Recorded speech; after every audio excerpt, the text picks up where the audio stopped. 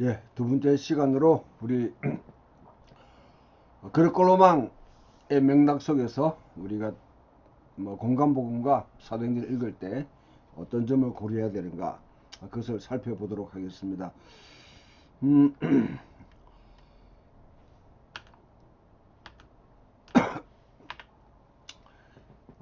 로마라는 게 어떤 사회냐, 어떤 세계냐를 우리가 보려고 하면, 여기 스코틀랜드가 이제 로마에서 이렇게 짓밟힐 때, 그때 한 장수가 했던 말이 있습니다. 로마인들은 세상을 엉망으로 뒤집어 놓고 자신들의 약탈로 온 땅이 황폐해지면 바다를 샅샅이 뒤진다. 그들은 자신들의 소위 제국이라는 이름으로 약탈하고 살인하고 강간한다. 그리고 그들이 사막으로 만들어 놓은 것을 평화라고 한다.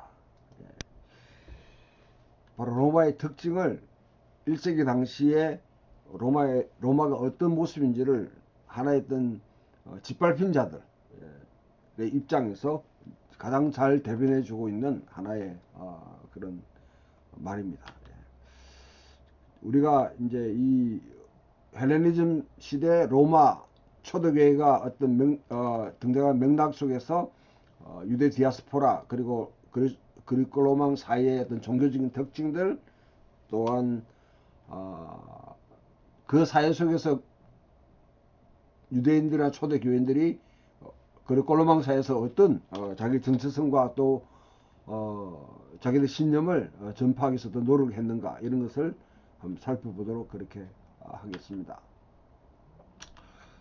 자, 로마는 헬레니즘 문화와 이제 로마 제국으로 이어지게 되는데요. 일단 헬레니즘 자체가 알렉산더 왕의 정복을 통해서 그리스 학문 문명이 확산하고 번영되었습니다. 그것이 지중해 사회의 거의 모든 지역에 깊이 퍼지고 또 깊이 깊숙하게 뿌리를 내렸습니다. 예술, 건축, 종교, 언어뿐 아니라 모든 사상들, 그런 삶의 모든 영역 속에 헬레니즘은 아주 깊게 뿌리를 내리고 새로운 표현을 그렇게 하도록 했습니다. 그것을 헬레니즘, 헬라화 됐다는 것이죠. 자, 헬레니즘의 1차적인 도구는 그리스입니다. 다른 모든 언어들이 사용됐지만은 헬레니즘, 이 그리스가, 헬라어가 통용됨으로 인해 가지고 서로가 의사소통이 가능해지는 것이죠.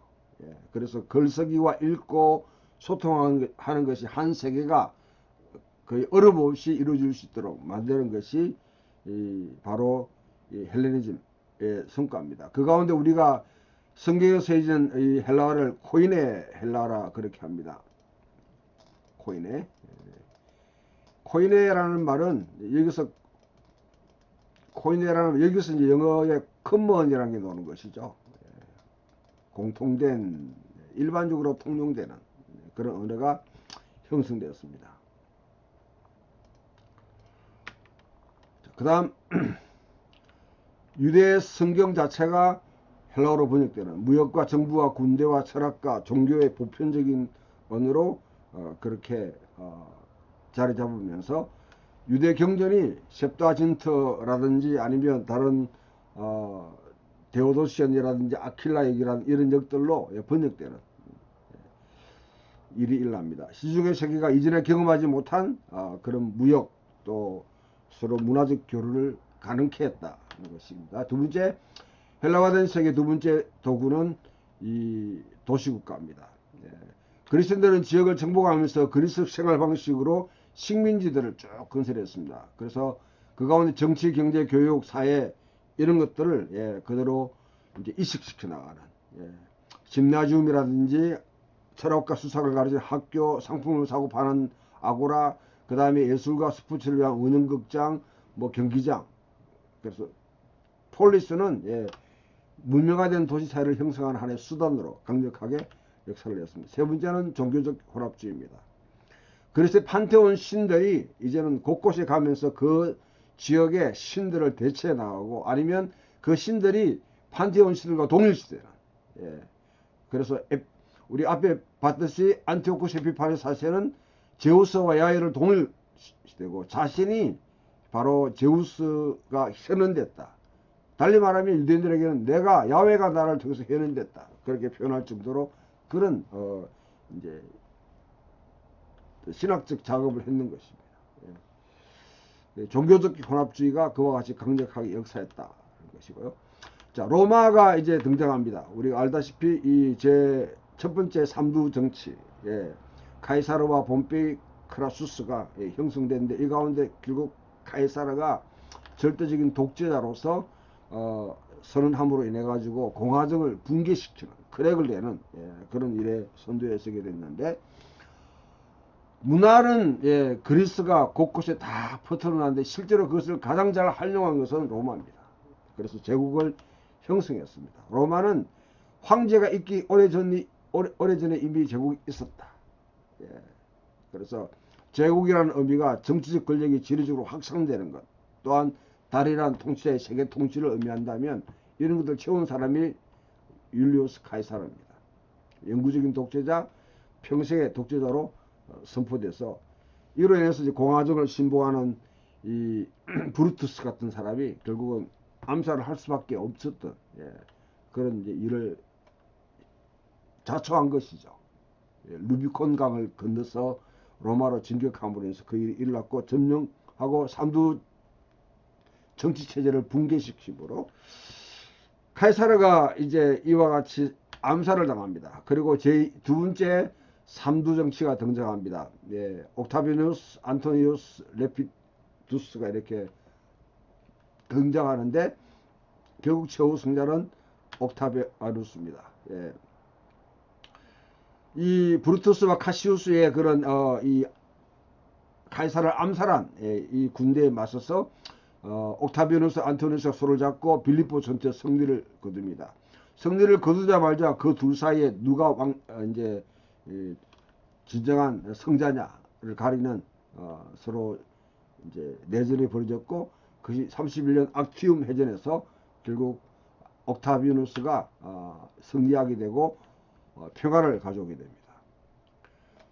그 이전까지 경랑쳤던 지중해의 모든 파도들이 다 잠잠해졌고 샬롬 평화가 왔고 질서가 잡히고 정의가 이루어졌고 번영이 가져왔고 그것을 로마는 평화라고 하고요. 그것을 복음이라 아우구스투스의 통치 자체가 복음이라 그렇게 외쳤습니다. 그래서 로마 원로는 옥타비누스에게 아우구스투스라는 이 명예로운 칭호를 그렇게 부여하게 됩니다. 신적인 존재로 보는 것이죠.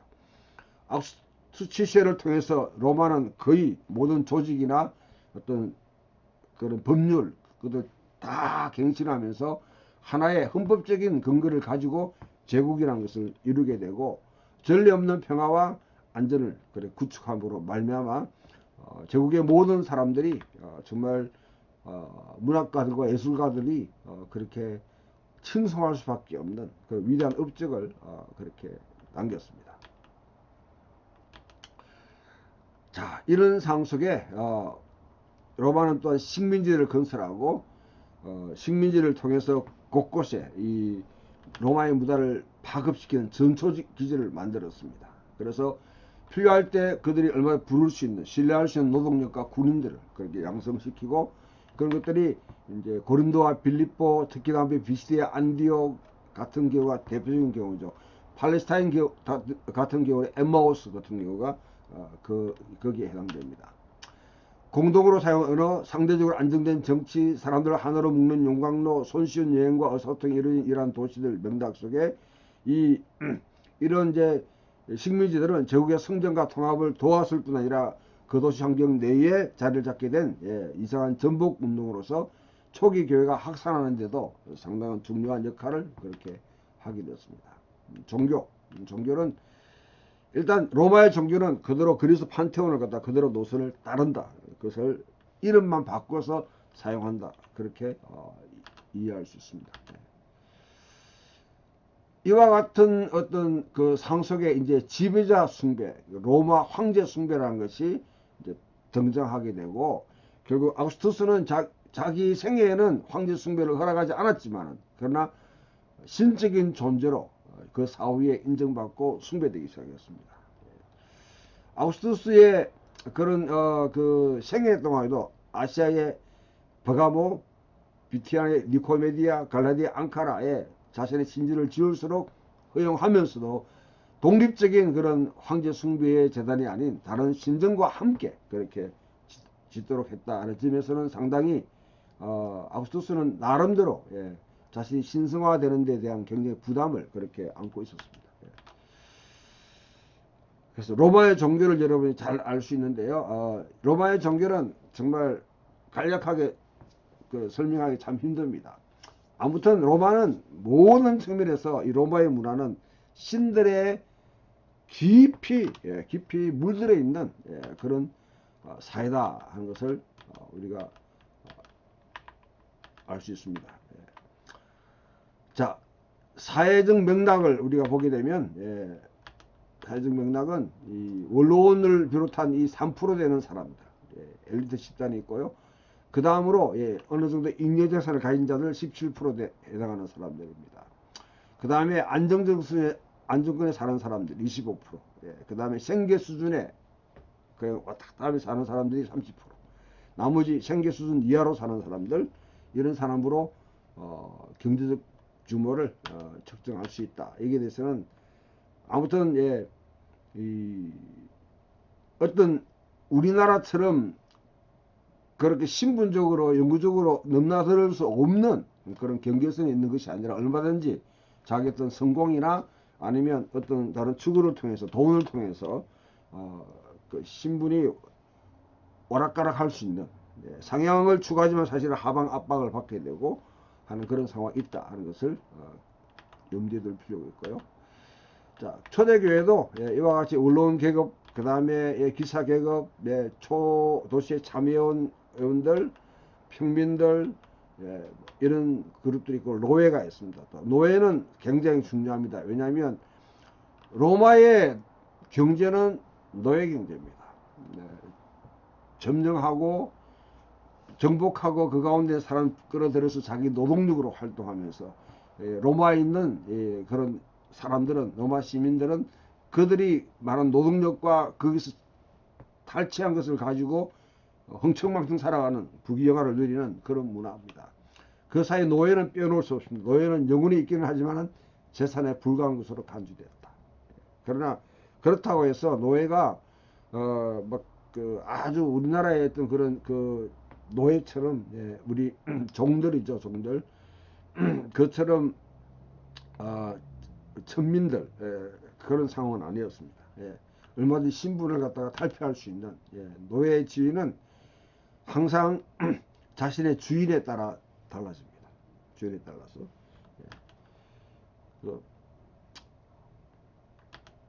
노예가 되는 길은 점점 포로로 잡혀오거나 아니면 자기 빚 때문에 일시적으로 노예 생활을 한다거나 아니면 자기 스스로 굶주리지 않기 위해서 그와 같이 노예가 된다거나 원로원의 높은 계급의 사람의 노예라면 노예로 있는 것이 일반 평민으로 있는 것보다 더 낫기 때문에 스스로 노예가 된다든지 노예 자녀로 태어나서 노예로 계속 머문다든지 여러 가지 있지만 노예는 영원한 노예가 아니고 언제든지 자유인이 될 수 있는 그런 식물이다. 그것을 이해하십니다. 이런 것들이 사실 초대교회의 여러 가지 문제들을 많이 도출하게 되었습니다. 자, 종교 철학 문화로 볼 때 첫 번째 이 로마의 그리고 로마 사회 문화는 신들의 흠뻑 젖어든 문화다. 달리 말하면 거대한 신화적인 내러티브 속에서 베르길로스라든지 호메루스 같은 그 사람들이 서술했던 로마의 기원과 로마의 현재와 앞으로 소망에 대한 그런 메타 내러티브, 거대한 내러티브 속에서 신들이 항상 어디 가든지 그런 문화 정체성과 가치 열망을 신화적으로 표현했던 그런 곳이다. 그런 것들이 실질적으로 이미지로 표현되는 것이 동전이나 시문학이나 종교의식, 동상, 비문, 건축 등에 그대로 전시돼서 제국의 프로파간다, 선전을 쭉 이렇게 알리는, 암시적으로 새겨주는 그런 역할을 했다고 볼 수 있습니다. 자,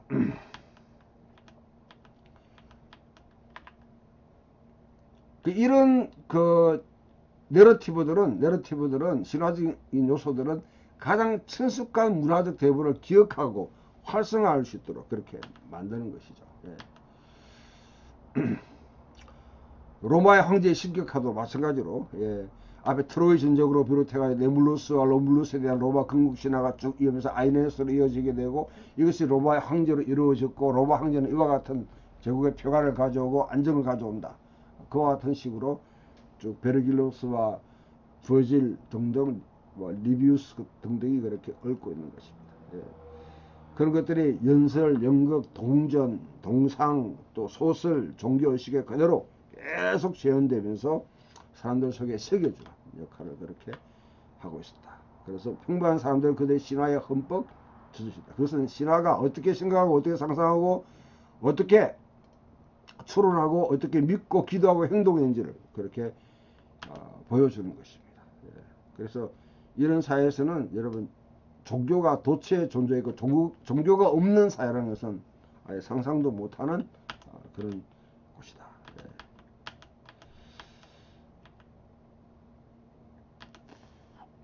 자, 우리 그리스 로마를 생각할 때 첫 번째 우리가 생각할 때, 예, 고대 세계에는 우리가 이해하는 종교는 없다는 것입니다. 예, 우리가 현재 생각하는 모든 종교에 대한 관념들은 근대 사회가 만들어낸 그런 초자연적인 것과 자연을 구별해 버리는, 예, 그런 역할을 하는데, 그런 데 대해서는 당시 사람들은, 예, 들어본 적도 없을 것입니다. 라틴어 릴리지오라는 것은요, 신에 대한 의무라는 측면에서 거리낌이 없어.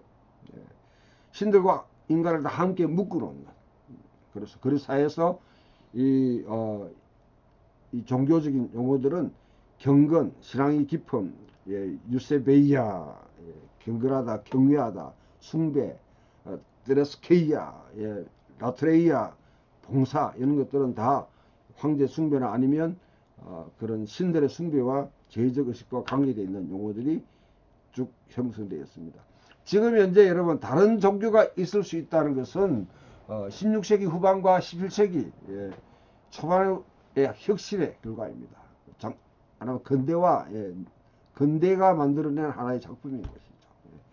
그 사회에서는, 예, 종교라고 생각하지 않았습니다. 영국 식민지를 통해서 인도 현자들이 자신들이 힌두교라 부르는 종교가 있다는 그때 알았습니다. 예. 그때는 힌두교라고 부르지도 않았죠. 예.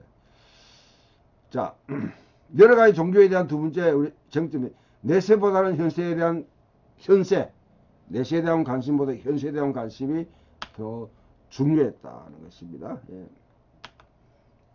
교리적 신념보다는 제의의식에 초점을 뒀다. 교리에 그렇게 그 당시 사람들은 그렇게 관심이 없었다는 것입니다. 예. 종교와 국가가 분리된 세속주의는 전혀 생각도 못합니다. 다원주의지만은, 예, 다신교입니다. 다신교 여러 신들 다 섬기지만 이렇게 반드시 관용적인 것은 아닙니다. 어떤 위기가 등장했을 때는 배제하는 것이죠. 예.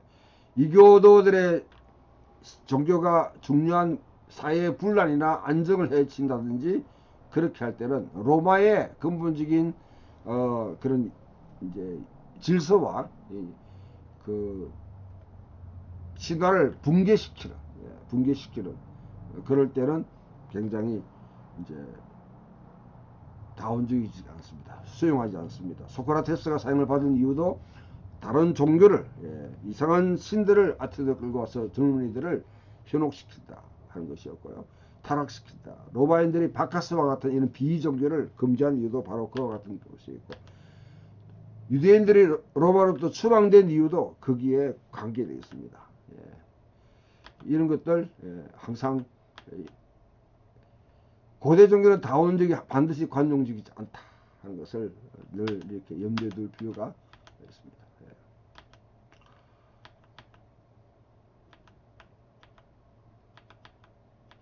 자, 그 다음에 그리스 로마 철학은, 예, 우리가 소크라테스, 플라토, 아리스토텔레스, 예, 서구 철학에 대한 의제를 형성했는 것이고요.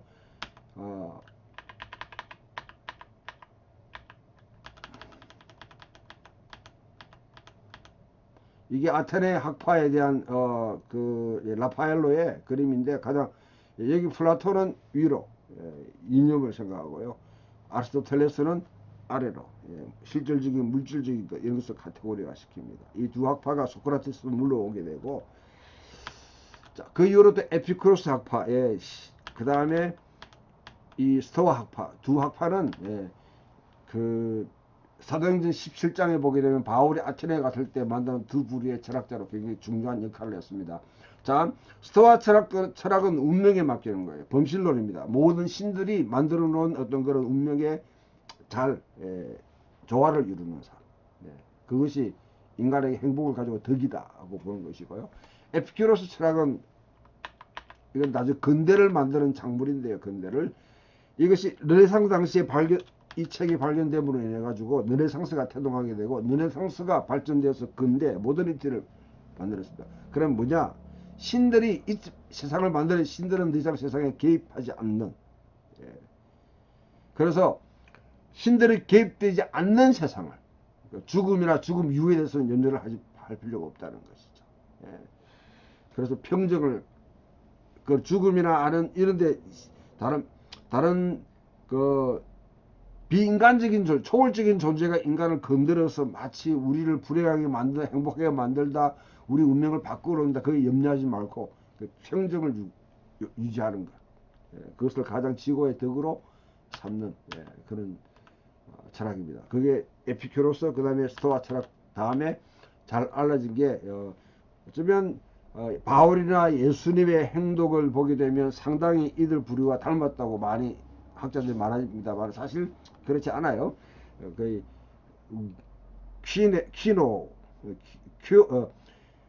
퀴온 여기서 개 시릭이랑 여기서 나오고 시릭. 그래서 냉소주의라 그렇게 하는 것이죠. 이런 것도 사회를 부패하고 무가치한 것으로 여기고, 인간의 시도를 가장 좋은 자신과 재산과 평생에 대한 태도를 근본적으로 재평가한다. 그래서 인간의 모든 허세에 대해서는 조롱하는 것을 자랑스럽게 여겼다. 그런 학파입니다. 신약에는 이런 그리 철학으로부터 직접 차용하거나 또는 이렇게 인용하거나 하는 경우가 많이 있습니다. 사도행 17장이나 아니면 고린도 15장, 디도스 1장 12절 그리스도들의 문항이나 철학을 인용한 경우가 많이 있습니다. 그렇다고 해서 그들을 신봉한 것이 아니라 복음을 논증하기 위해서 필요할 때 그렇게 등용했는 것이죠. 예수님도 의유나 내 자신을 고쳐라 하는 유명한 속담을 또 이와 같이 인용했다든지, 이런 명랑한 바울이나 고대 사회 대부분 그리스 로마의 문화적들이 호흡하며 살았기 때문에 그런 것을 또 수사학적 훈련을 받았다고 바울이 보기 때문에 그것을 활용해서 사용한다, 그렇게 볼 수 있습니다. 영지주의에서 할 말이 많습니다만은 영지주의는 아무튼 물질에 대한 그런 것을 경시하는 그렇습니다. 그 다음에 자, 네 번째 우리가 유대 디아스포라. 유대 디아스포라는 본토에 사는 사람, 그 당시 유대인의 80%는 팔레스타인 밖에 살았습니다. 밖에 어디나 도시나 어딘지 살았다는 것이죠. 가장 많이 이제 살고 있는 것이 알렉산드리아, 시리아, 안디옥, 로마, 바빌론 등지에 집중적으로. 그래서 그들은 유대인이 어디를 가든지 당연히 성경을 가지고 갔고, 성경 이동 가능한 땅과 성전 역할을 했습니다. 그래서 가는 곳곳마다 회당과 기도하는 집구 문학을 섞고 충실한 유대인으로 살기 위해서 고군분투했습니다. 이와 같이 디아스포라가 곳곳에 다 퍼져서 뭐 어디든지 그렇게, 지금 중국 사람이 온 세계에 퍼지는 것과 거의 비슷합니다. 그와 같이 디아스포라가 됐다는 것이죠.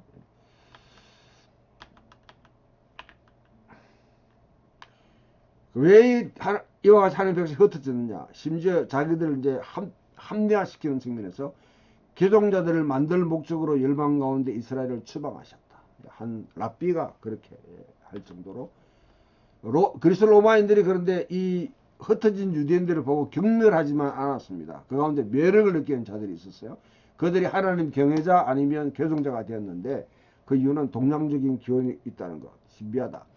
고대의 많은 신적 호의를 확보하는데 효과적이라고 생각했던 의식을 수행한다. 유일신론의 철학적 단순성, 예, 단순하다는 것이죠. 유대인이 되는 것의 시민적 위험, 예, 이점들, 군문부를 피하는 것, 예, 윤리에 대한 강조, 잘 적용된 공동체의 정체성 등등을 통해서 하나님 경외자, 개종자, 그러면서 디아스포라 해당이 곳곳에 흩어졌고, 이것이 바로 복음이 세계 곳곳에 퍼져나가는데 아주 중요한 디딤돌, 플랫폼 역할을 했다. 그렇게 볼 수 있습니다. 디아스포라들이 이제 이방사에 살면서 때로는 흡수 통합되고 융화되어 가지고 철저히 헬라화 되기도 하고요. 그러나 거기에 저항하는 독특한 삶을 살기로 했기 때문에 많은 비난, 당대의 이 철학가들이나 그 사람들 비난의 대상이 되게 되었습니다. 그 다음에 우리가 알고 짚고 넘어가야 되는 것은 70인역입니다. 70인역은 히브리 성경과 그 다음에 기타 외경에 있는 그런 것을 그래서 번역부를 했는데, 하나의 이제 전설이죠. 전설로 아리에타스 서신이라는 책에 보면 이집트의 플로의 톨레미 2세가 70명의 유대 학자에게 토라를 그리스로 번역하여 알렉산드리아 도서관에 보관하도록 위임했다. 굉장히 뭐 신비적으로 각기 흩어져 가지고 다 번역했는데 맞춰보니까 같더라. 이거는 신화적인 이야기죠. 그래서 70이라는 용어가 나오던데, 70이라는 용어는 그 외에도 여러분이 보게 되면 그 창세기 10장에 노아의 세 아들이 흩어진 모든 그 아들의 이름을 다 헤아리면 70입니다.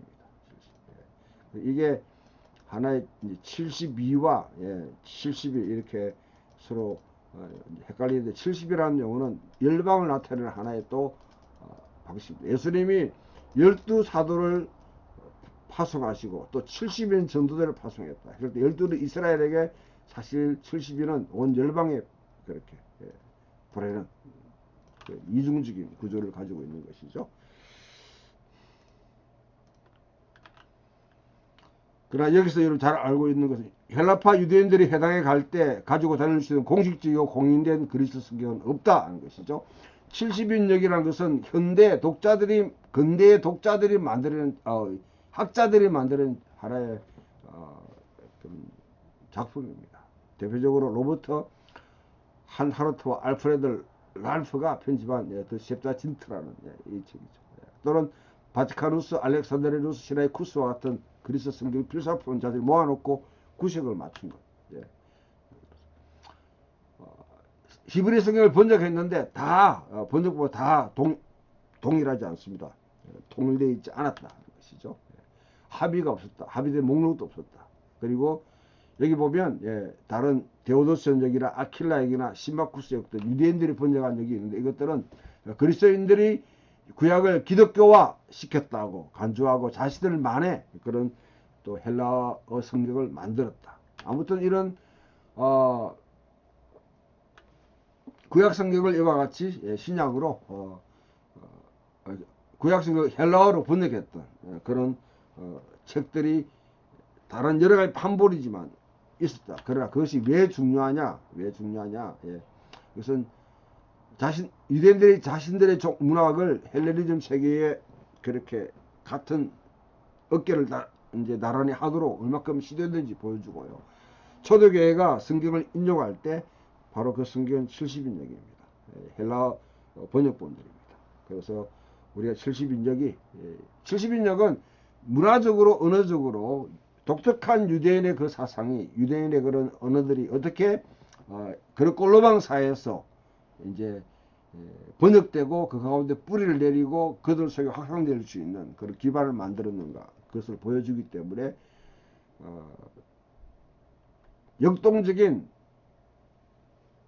하나의 변화, 번역을 위해서는 번역의 예를 보여주는 아주 중요한 그런 사례가 그렇게 될 수 있습니다. 70인역은 교회의 성경의 일부가 됐다. 이렇게 볼 수 있습니다. 자, 어떤 교회 신학자들은 주장이 70인역의 독특한 표현과 본문에 잘 부합합니다. 히브리 성경에서는 찾을 수 없는데 70인역을 통해서 보게 되면 훨씬 더 잘 알려지는 그런 경우들이 상당히 많은데, 대표적인 사례는 로마서 4장 18절의 바울의 논정, 그 다음에 예루살렘 공회에서 야고보가 그 이방인에 대한 그런 호소를 할 때 아모스 9장 11절 12절을 호소할 때 히브리 성경보다는 헬라어 성경을 이용할 때 훨씬 더 잘 어미가 통한다. 그래서 볼 수 있습니다. 자, 그 외에는 우리가 외경이라는 것은 여러분 그냥 히브리 성경에 없는 초대 유대교 저작들인데 사실은 상당히 1세기 당시에 유대인들 예수님뿐 아니라 또 초대 우리 교회 사도들에게도 익히 알려졌고 읽혀졌고 알고 있는 그런 작품들이 있다 하는 것을 여러분들이 이것들이 이제 히브리 성경이나 아니면 불가타에 포함되어 있기 때문에 각 여기에 대한 태도들은 가톨릭이나 개신교나 아니면 이 정교가 다 달라요. 다 다르지만은 그런 목록들이 있다 하는 것을 여러분들이 기억해 줄 필요가 있습니다. 예, 오늘 세 번째 섹션으로 우리 역사적 예수에 대한 탐구를 알아보려고 하는데요. 본래 한 선지자의 프로파일까지 이렇게 보려고 했는데 시간이 여유가 없는 것 같아요. 오늘 여기까지만 살펴보고 다음 주에 한 예언자의 프로파일, 그 다음에 신약 성경의 예수에 대해서 어떻게 또 기독론적인 칭호를 비롯해서 기독론적인 측면에서 살펴보도록 하겠습니다. 이렇게 하는 이유는 역사적 예수에 대한 연구 이거 자체가 상당히 참 의미 있는 그런 작업이지만 많은 오해를 받아왔던, 왜냐하면 한편으로 역사의 예수와 그 다음에 믿음의 그리스도 두 개를 분리시켜 놓고 생각하는 이런 시도들이 쭉 있어 왔고 지금도 그래요. 지금도 한편으로 보게 되면 여러분 도올 김용욱은 역사적 예수에 대한 잘못된 트랙으로 빠져들어가서 예수를 잘못 이해하고 있는 것이고, 이 근대라는 이런 객관적인 진리, 가장 단순하고 명백한 진리, 누구든지 검증 가능한 과학적으로 검증 가능한 예수, 그것을 밝히려고 하다 보니까 예수를 이상한 어떤 그런 인물로 만들어 놓고 있고, 한편으로는 여러분 우리 JYP의 그 박진영과 같이 역사적 예수에 대한 고려가 전혀 없는, 거기에 대한 고민이 전혀 없는 흙과 그 먼지 속에 디디고 다녔던 1세기 팔레스타인의 예수의 흔적은 전혀 없는 그냥 초월적인 추상적인 예수, 그 믿음의 예수만 추구하는 이런 두 가지 양극단이 지금도 우리 유튜브를 통해서 또 대중적인 그런 인기를 얻기 때문에 여기에 대한 여러분이 비판의식이 있어야 돼요. 그리고 그러면 우리는 역사의 뿌리를 내리고 있는 예수가 누구인가, 거기에 대한 탐구를 할 필요가 있습니다. 역사적 예수 연구하면 뭐 일화를 말씀드리면 우리 한국의 대표적인 보수교단의 그 교수가 역사적 예수에 대한 탐구를 했다 해서 비난을 받았어요. 그러면 그 학교가 믿는 예수는 누굽니까? 1세기 당시에 성육신에서 직접 나사렛에 살고 새로운 세례를 받으시고 팔레스타인에서 음식을 드시고 병자를 고치고 귀신을 쫓아내시고 십자가에 죽은 예수에 대한 관심이 전혀 없고 그냥 부활해서 우리에게 신앙적으로 고백된 예수만 그렇게 이해한다고 그러면 실질적으로 가장 중요한 예수를 믿는 사람들이 예수는 무관심한 채 신앙의 고백만 그냥 초점을 맞추는, 그 교수가 어떻게 역사적 예수를 연구했는지 글쎄 알 수 없지만은, 그러나 역사적 예수 연구가 한 4단계로 진행되는데 그 단계에 걸쳐 내려왔던 그런 산물이 아닌 진짜 우리가 복음서를 진지하게 받아들인다고 그러면 복음서에 드러나 있는 예수는, 역사적으로 살았던 예수는 누구인지를 우리가 알아야지.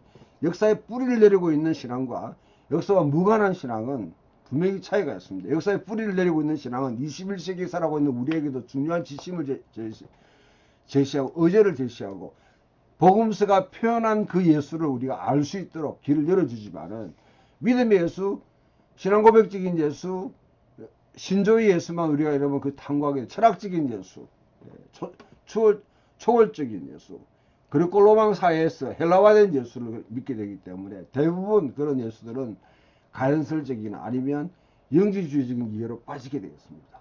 이런 점에서 이 부분은 굉장히 중요한 그런 단락인데요. 대부분 그리스도인들은 역사적 예수보다는 선상적인 예수에 대한, 그래서 예수 믿고 죽으면 천국 가서 예수님 만든다, 그런 이야기를 많이 하죠. 예. 아니면 바울 복음을 이해하기 하나의 어떤 그런 전제로서, 서론으로서 이해하는, 예. 징계의 복음을 이해하기 위한 하나의 서론으로 이해한다든지, 아니면 동정녀 말하게 태어나서 십자가에서 죄를 짊고 죽으셨다, 그렇게 이해하는데, 굳이 왜 1세기 당시 팔레스타인 땅 속에서 태어나셨는가? 에스키모인과 같이, 아니면 저기 인디안과 같이 아프리카 어떤 부족이 태어나도 무방하잖아요. 예. 그러면 1세기 팔레스타인은 그런 여러분 역사적 상황 속에 태어난 예수 왜 중요한가? 그것은 구약과 연결되어 있기 때문에 그렇습니다. 예. 구약이 말하는 창조의 하나님 이스라엘 선택하시고 이스라엘의 소망 속에서 이스라엘의 하나님, 이스라엘의 예수로서 이스라엘의 소망을 완성한 자가 결국은 열방을 향한 온 세계의 그런 주로 구세주로 경배되는 이 복음서와 신약의 그런 어떤 그런 논리들을 깡그리 무시해버리는 그런 태도가 되는 것이죠.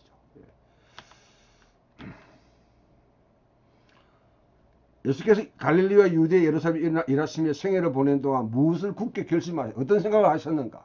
예. 그것을 알 수 있는 것이 필요합니다. 만약 여러분 우리가 예수님을 상상할 때 신적 구강이 없는 예수의 삶, 신적인 측면을 전혀 고려하지 않는 예수, 예수님이 일생에 살았을 때 나사렛 30년 살고 그 다음에 공생의 3년을 보낼 때에 1차적으로 사람들은 신적인 존재로 그렇게 인정하지 않았습니다. 나중에 십자가에 죽으시고 부활하시기 전에 신적인 어떤 그런 의미가 있었지만 그것이 명백하게 드러나는 분은 아닙니다. 천상의 의미들을 지닌 이 땅의 이야기들을 들려주는 분으로 멋지게 묘사되지 않는 예수, 예. 하늘에서 같이 땅에서도 이루어지는 그 하나님 나라를 선포하신 하나님 나라의 메시지와 그 의미들을 말하지 않는 예수, 예. 상상하면 이 땅의 이야기를, 예, 들려주면서 이 땅의 사람들과 더불어 살았던 예수, 예. 그 다음에 후기 기독교 전통, 예, 신조들이라든지 아니면 이런 기독교 전승과 그에 되돌아 투사되지 않는 예수를 우리가 상상한다면 어떨 것인가? 그러면 그분은 반드시 한 예언자의 인물로 우리가 볼 수 있다. 한 명의 예언자들로. 예. 이스라엘의 신성한 기록들로부터 취한 하나의 대본을 자기 삶을 실제로 연기했다. 예. 생생하게. 긴급한 민족 위기가 닥쳤다고 그때를 선포하고 하나님의 왕이 될 것이며 이스라엘의 새로운 출애굽이 가까웠다고 선언하고 자기 자신의 신원, 정체성에 대한 수수께 같은, 예, 지만은 도발적인 암시를 주고 오랫동안 염원해왔던 새로운 성전과 마침내 새 언약에 대한 소망들을 청중들에게 상기시키기 위해서 상징적인 행동이나 또 메시지를 전했던 분으로 보면 어떻게 달라지는가? 예수가 동료 이스라엘인들에게 진정한 이스라엘이 되는 새로운 방법이 있다고 말했다면 어떨까? 민족주의적인 민족주의를 넘어서 열정을 품은 민족주의를 넘어서 정결중심의 경건함이 없고 정치적 정족주의와 결별된, 예, 수원적인 도피주의에 기대지 않고 유대 전통의 경계선에 도전하고 언약의 의가 진정으로 무엇을 의미를 보여주고 오래 기다려왔던 야훼가 시온으로 귀환하는 것을 믿을 뿐 아니라 자기의 삶을 통해서 실제로 구현하고 성취했던 분으로 본다고 그러면 그 예수님의 모습은 어떤 모습일까? 예. 이런 점에서는, 예, 우리가 초대 교회가 예수님의 제자들이 예수를 어떻게 이해했는가, 어떻게 이해하고 믿었는가, 그리고 이 예수는 초대교회 가운데 어떻게 해석되어 왔는가, 또 그 예수가 우리와 어떤 역사적인 적합성이 있는가, 이런 것을 알기 위해서는 역사적 예수에 대한 탐구가 필요한 것입니다. 기독교는 역사에 호소하며 반드시 역사로 가서 관여해야 됩니다. 그렇지 않으면 역사 뿌리가 없는 신화, 그러면 신화로 얼마든지 전락될 수 있는, 그렇게 비난받을 수 있는 그런 예수를 믿게 되는 것이죠.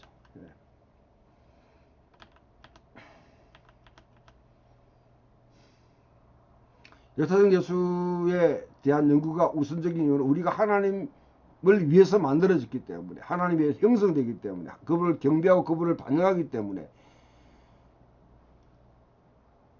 우리 같은 가장 깊은 그런 심오한 우리의 소명을 깨닫기 위해서, 예수는 아담과 이스라엘의 소명을 구현하시는 분이에요. 역사적으로.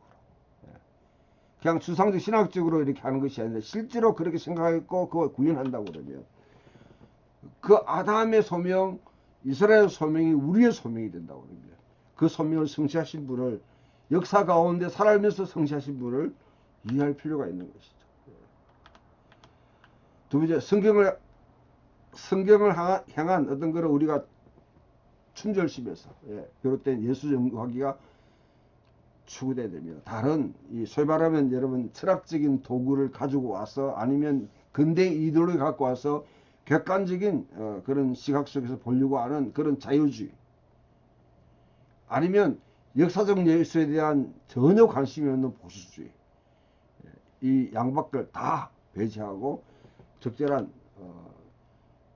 해결책을 찾아야 되는데, 우리가 성경을 믿기 때문에 성경 속에 나타난 예수님을 우리가 이해하려고 해야 되는 것이죠. 진리에 관하여 기독교적으로 반드시 해결해야 될 긴요한 임무로서, 하나님이 창조한 세계가 선하다고 믿는 그리스도인들은 진리를 두려워해서는 안 됩니다.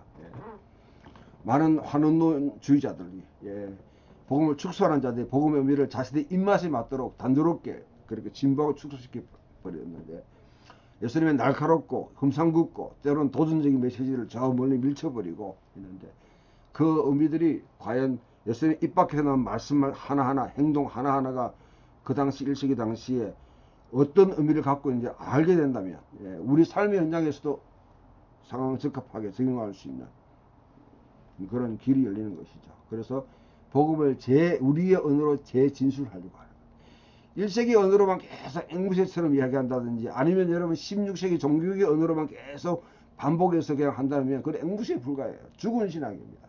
21세기에 살아있는 언어로, 우리들 언어로 재순실하기 위해서는 1세기에 뿌리를 내리고 있던 예수 그리스도를, 역사의 예수를 아는 것이 필요한 것입니다.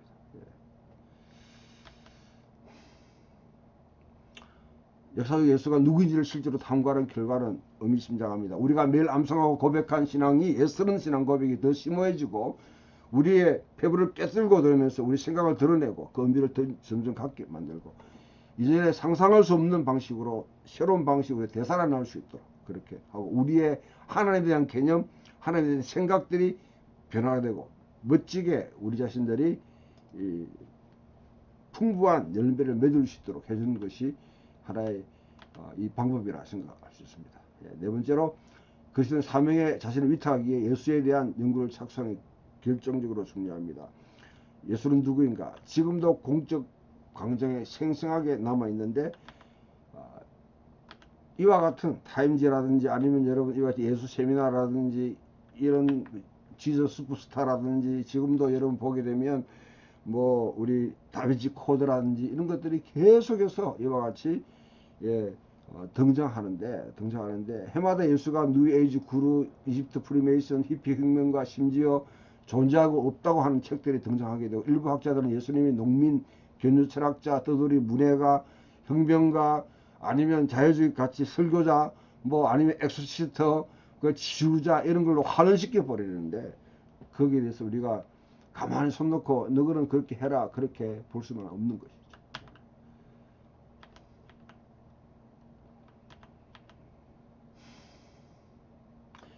우리가 1세기 8세기에 실제 일어난 일에 뿌리를 두고 있지 않다면 우리 신앙이 불교도나 사이언톨로지스트나 아니면 마르크스주의자 또는 거의 다른 모든 종류의 종교의 신봉자가 될 수도 있습니다. 예수가 존재하지 않았거나 복음과 교회 예배가 그대로 증가해온 상 다르다 그러면 우리는 몽상의 세계에 살고 있는 것이죠. 그래서 예수님이 직접 이야기했던 것에 대한 직접적인 이와 같이 답하려고 하는 노력들이 우리에게 필요하다는 것입니다. 자,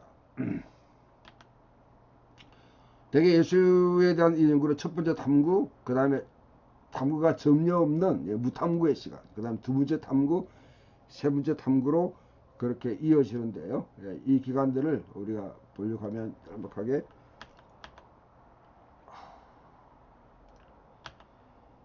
첫 번째는 첫 번째 이 역사적 예술을 이제 시작한 사람의 첫 번째 탐구는 라이마루스, 그 다음에 스트라우스, 그 다음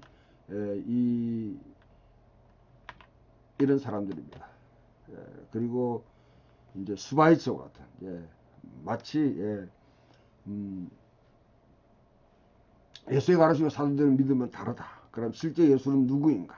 그래서 믿음의 그리스도와는 다른 예수의 상을 만들기 위해서 마치 이제 묵시주의자라든지 혁명가라든지 이런 이름으로 만들었지만은 결과적으로는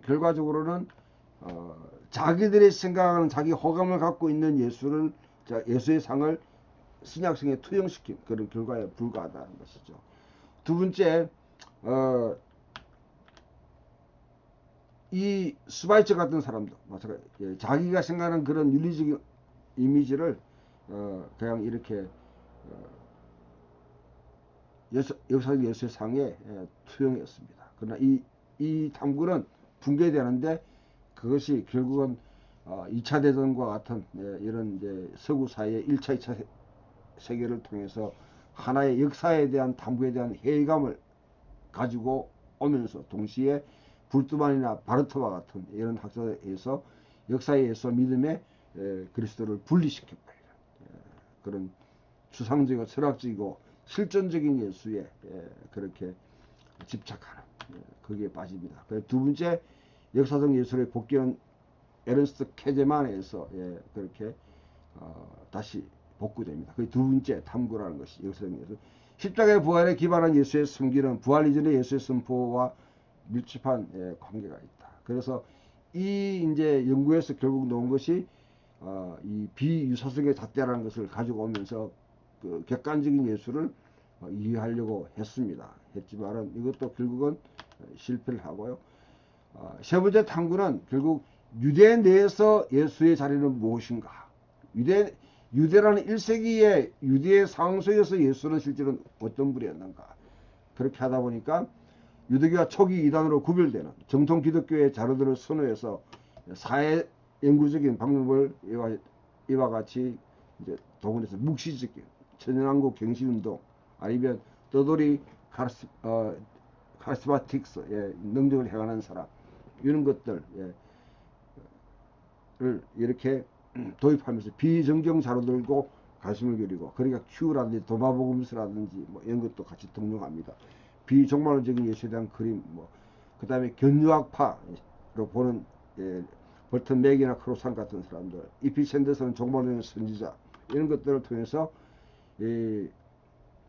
그럴듯한 그 예수를 그리려고 그렇게 노력을 해왔습니다. 이런 연구들이 뭐 잘된 것 같지만은 사실은 그렇게 좋은 결과를 산출하지는 못했습니다. 그래서 여러분 이 분야에 대해서는 제가 자유롭게 말씀드릴 수 없는데 아무튼 이런 역사적 예수에 대한 연구에 나오는 하나의 또 걸작품들이 이 예수 세미나라는 곳에서 만들어진 제 5가지 복음서 이렇게 해서 마테마가 누가 외에 큐라는 아니면 도마복음과 같은 연결하고 진짜 예수가 말했던 것이 무엇인가? The search for the authentic words of Jesus. 예수의 진짜 진정 있는 말씀들은 무엇인가, 뭐 그런 걸 탐구하려 하다가 보니까 빨간색, 파란색, 검은색, 노란색 이렇게 해가지고 가장 해적인 것, 그 다음에 가장 믿을 수 없는 것들, 가장 신뢰할 수 있는 것 분리하다 보니까 앙상한 예수만 남아있는 그런 책을, 이게 근대가 만드는 하나의 걸작품이에요. 걸작품. 예수를 완전히 난도질 해가지고 자기들 입맛에 맞는 예수를 만든다는 것이죠. 그 예수 세미나는 가르치면 유대인이 아니라 그리스도의 지혜교사나 철학자의 훨씬 가까운 예수를 만들어내었고, 성차별주의, 제국주의, 로마제국의 모든 앞에 반대하는 예수를 나왔다. 결국 이 예수는 캘리포니아 예수다. 리차드 브리지라는 논평이 이렇게 지스 슈퍼스타와 비슷한 예수, 이런 예수를 그렇게 제2의 두 번째 탐구 만들었다는 제3의 이 탐구는 그 오랫동안 기다려온 민족의 회복과 경신을 기대하는 그런 것을 성취하는 분으로 유대적 배경 안에서 예수가 어떤 위치를 차지하고 있는가, 그렇게 이해하는 예수, 이 예수를 탐구하려고 이렇게 했습니다. 하지만은 세 번째 탐구도 학문적인 영장 실조, 지적 필요 때문에 결국은 거의 붕괴 상태에 그렇게 놓여 있었지만은, 세 번째 탐구가 그래도 뭐냐면 우리에게 좋은 실마리들은 그렇게 남겨주고 있다는 것이죠. 더 나은 방법론, 더 철저한 유대인 예수, 더 철저하게 종말론적인 예수, 예수가 초대교회 실천과 예배와 믿음에 어떤 영향을 미쳤는가, 이런 것을 보게 되면 이 존 마이어라는 그 마지막 주라는 책을 네 권의 대본을 썼던 이분이 세 번째 탐구에서 얻은 이득으로 탐구에 참여 학자들이 에큐메나케를 적극적인 차원에서 서로 연대하고, 탐구를 위해 신뢰할 수 있는 출처로서 다양한 텍스트를 재검토하고, 고고학, 문헌학, 사역에서 예수와 그의 명령을 조명하는 새로운 통찰력을 얻게 되고, 팔레스타인 유대교의 다양한 종류의 구성된 성격에 대해서 보다 정확한 그림, 유대교가 다양하다는 그런 그림 속에서 도출하려고 하고, 복음서의 배후에 깔려있는 역사 전승에 대한 보다 균형 잡힌 평가로 인도하는 역사성 판별 기준을 명료화 그렇게 하고, 복음서에 나오는 기적 전승들을 보다 긍정적으로 그와 같이 취급하고, 예수의 유대성, 주의 시리스에 대해서 진지하게 받아들이는 결과를 가져왔다, 그렇게 봅니다.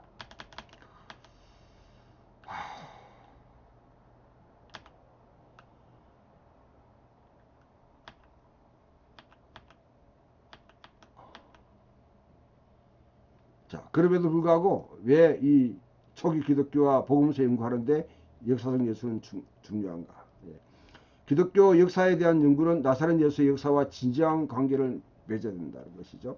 왜 기독교가 시작됐는지, 왜 그런 형태로 초대 기독교가 취하게 됐는지, 복음서가 왜 지금 그들의 모습으로 그렇게 있는지, 초대 그리스도인들은 예수의 십자가 죽으심과 부활을 이후에 왜 그렇게 믿고 행동했는지, 이런 것을 역사적 뿌리를 두고 파악할 필요가 있는 것입니다. 그렇지 않으면 그냥 신화나 아니면 자기 신념에 의해서 환상으로 아니면 여러 가지 다른 식으로 치부될 수 있는 그런 기독교 신앙, 역사의 예수와 믿음의 예수를 분리시켜버리면 그와 같은 오류에 빠지게 됩니다. 그래서 1세기 당시에 나사렛 예수는 1세기 인물과 어떻게 관련되어 있는지, 여기서 이제 예수님과 초대교회가 어떻게 연결되는지, 그런 것들을 추가할 필요가 있는 거예요. 두 번째, 복음서에는 자신들이 자기 시대의 때, 이전의 때와 관련된 것을 기록하고 있음을 스스로 자각하고 있었습니다. 그래서 예수님은 back then this, 예수의 그 당시에 어떠했는가, 그것을 이해하려고, 그것을 서술하려고 했다. 특히 누가 같은 경우는 거기에 대한 상당히 민감한 그런 생각을 가지고 계시는 것이죠. 부활 이전의 예수에 대한 정기적인 증언을 그렇게 하려고 상당히 노력을 했다는 것이죠. 복음서 기자들은. 예수에 관한 책인데, 단순한 시대를 초월한 진리의 보고나 신앙, 자기 진정성 또는 신학에 관한 논문들, 글들이 아니라 예수에 관한 책이었습니다. 그래서 역사적 탐구에 대한 핵심은 네 가지 복음서 외에 다른 다섯 번째 대체되는 복음을 쓸 필요가 없습니다. 1세기의 역사적 요구로 우리가 갖고 있는 네 가지 복음서들을 실질적으로 어떤 의미를 가지고 있는지 이해하려고 하는 그런 시도가 될 수 있습니다. 신약의 지사들이 알고 있는 예수가 있었다. 단순히 아이콘이나 어떤 신학적인 어떤 산물, 아니면 아무나 귀한 실루엣에서 그런 예수가 아닌, 아우구스투스 카이사르 치세에 발레에 태어나서 티베리우스 치세에서 예루살렘 밖에서 십자가에 못 박힌 예수, 그 예수를 신약자들이 알고 있었고 또 그 예수를 표현하려고 했는 것이죠. 역사적 발굴이나 아니면 여러분 그런데 손을 덜피지 않고 그 역사적 세부 사항들에 눈 감아버리거나 단순히 가정하려고 그렇게 하게 되면 그 예수는 신학적인 예수, 고백적인 예수 좋습니다만은 역사와는 무관한, 누구도 신뢰하지 않는 그런 예수, 추상적인 예수로 변할 수밖에 없는 것이죠.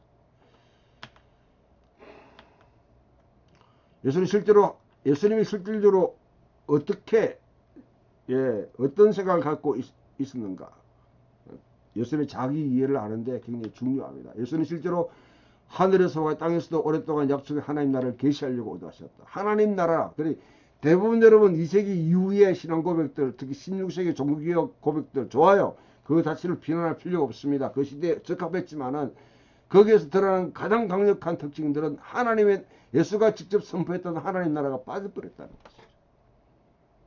그러니까 하나님 나라가 가장 중요한 예수님이 선포했고 예수님이 그걸 위해서 살았고 그 하나님 나라를 이루기 위해서 십자가에 죽으시고 부활하시는데 지금도 하나님 보좌에 자정하셔서 우리가 성령을 내려보내 통치하고 계시는데 그 예수를 빼놓고 어떻게 예수를 이해할 수 있나? 그럼 철학적인 예수, 관념적인 예수, 교리적인 예수만 알 수 있는 것이죠. 교리가 중요해요. 하나의 기둥으로 그 시대에 여러 가지 이단들이나 잘못된 사상에 참 대항해서 하나의 중요한 틀을, 기둥을 기독교 무너지지 않도록 기둥을 잡은 것 좋습니다. 그러나 그 내부에 중요한 하나님 나라가 빠져있다는 것이죠. 두 번째, 이것이 행동으로 증명해주는 일들을 실제로 행하고 증명하셨다. 하나님 나라가 이 땅에 이루어진다. 시작됐다는 것을. 그것을 기존의 기대들을 급진적으로 재정해 하셨다는 것이죠. 사실상 예수는 자신을 선포한 다음 자신을 믿었습니다. 이 하나님 나라가 자신의 죽음을 통해 성취될 것이다. 자기가 죽은 후에 그가 아버지라 불렀던 분이 그를 옳다고 인정하셔서 자신을 죽은 자 가운데 살리시고 온 세상의 합법적인 주인으로 세우실 것이다. 네 번째, 신약 저자는 이러한 점들을 지금 실제로 일어났던 일들이라고 설명하고 촉진시켰습니다. 그래서 예수님의 사역은 애초부터 꿈이라는 이야기라 상상했던 것이 아니다. 그런 것을 우리가 반영해서 이렇게 신약을 공부하게 되면 결국 복음서에 나타난 예수가 어떤 분인가, 복음서가 역사적 신뢰성이 있는가 없는가. 저는 복음서가 역사적으로 분명히 신뢰성이 있고 1세기에 직접 살았던 예수를 우리에게 보여주는 중요한 증거이자 정언이자 성경입니다. 지금 우리가 그것을 공부하고 읽는 것은 단지 지식적인 호기심이 아니라 설교거리를 찾기 위한 예화나 아니면 그냥 어떤 윤리적인 도덕적인 그런 교훈을 찾기 위한 자료가 아니라 지금 우리로 하여금 이 역사의 무대 속에 예수님을 믿는 자로서 하나님의 형상, 예수 그리스도의 형상으로 회복되는 자로 직접 살아가도록 하는 대본을 우리에게 제시해 주기 때문에 복음서는 정말 중요하고 사도행전은 그 이후에 어떻게 복음이 전혀 일적인 문화 가운데서 어떻게 전파됐고 어떤 난관을 헤쳐나갔는지 그리고 하나님의 오랜 그 계획들을 어떻게 성취해 나가는지 그것을 보여주기 때문에 공간복음과 사도행전은 중요합니다. 이런 측면 다음 주는 우리 수업 계획서는 좀 없지만은 한 섹션 더 해서 한 예언자의 프로필과 그 다음에 초대교회가 이해했던 예수에 대해서 좀 더 깊이 한 시간 더 살펴보도록 하겠습니다. 감사합니다. 다음 주에 뵙겠습니다.